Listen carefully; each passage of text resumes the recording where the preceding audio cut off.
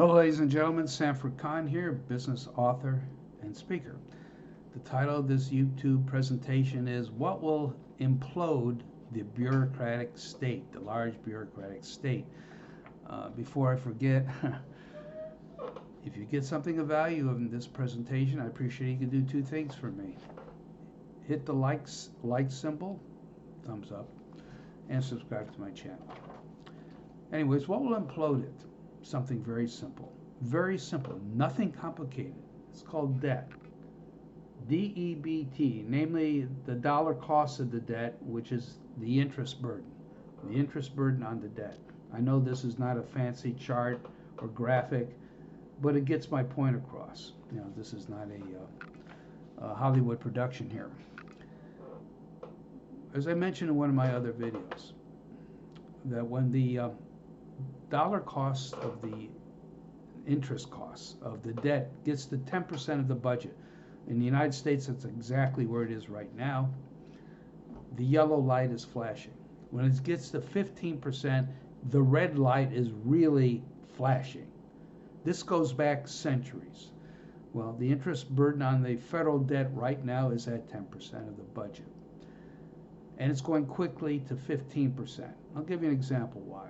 About a year and a half, year and 3/4 ago, the interest rate on T-bills, Treasury T-bills, these are short-term financing instruments of the federal government.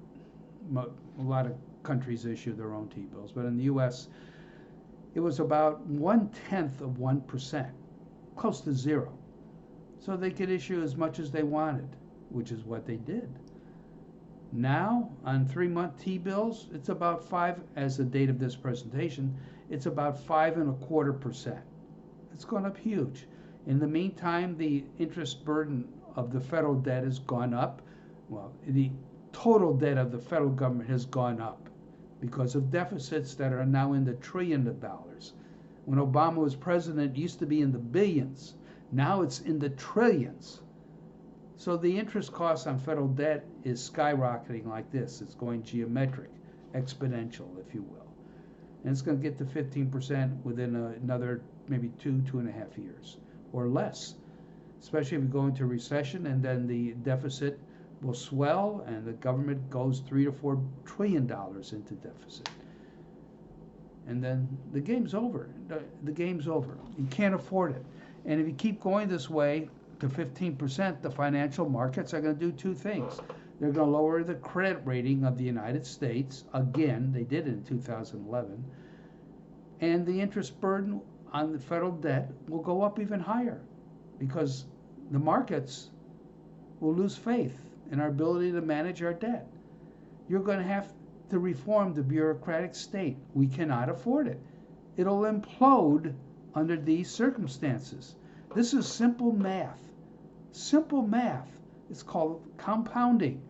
Compound interest could work for you, especially if you're a saver, or it could really cut you, just cut you, cut your throat if you're a wasteful spender, which the United States is. We have to go after the entitlement programs. They need reforming because that's where the real cost of government is. You cannot afford them. That means you're going to have to get a handle on Social Security, Medicare, Medicaid, and a few other programs because they're on automatic pilot. If you don't, then the burden of interest will bring down the bureaucratic state. You know, we have a feeling that the politicians are sort of, in the end, in control. Federal Reserve maybe.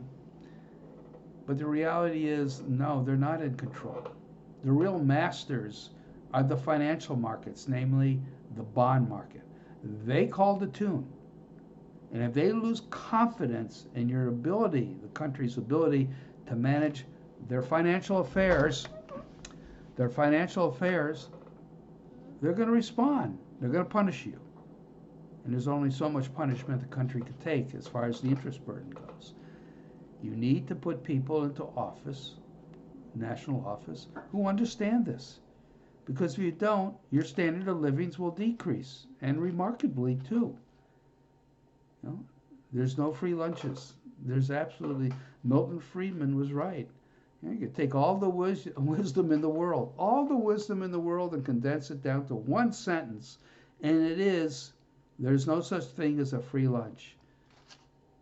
No such thing as a free lunch.